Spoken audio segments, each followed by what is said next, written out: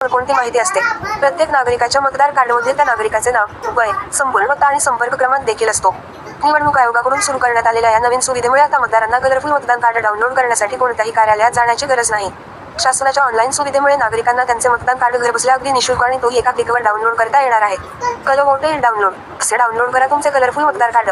शासनाच्या नव्या सुविधेप्रमाणे colour voter ID म्हणजेच रंगीत मतदार कार्ड ऑनलाईन पद्धतीने डाउनलोड करण्यासाठी सर्वप्रथम तुम्हाला भारतीय निवडणूक आयोगाच्या अधिकृत वेबसाईटला भेट द्यावी लागेल.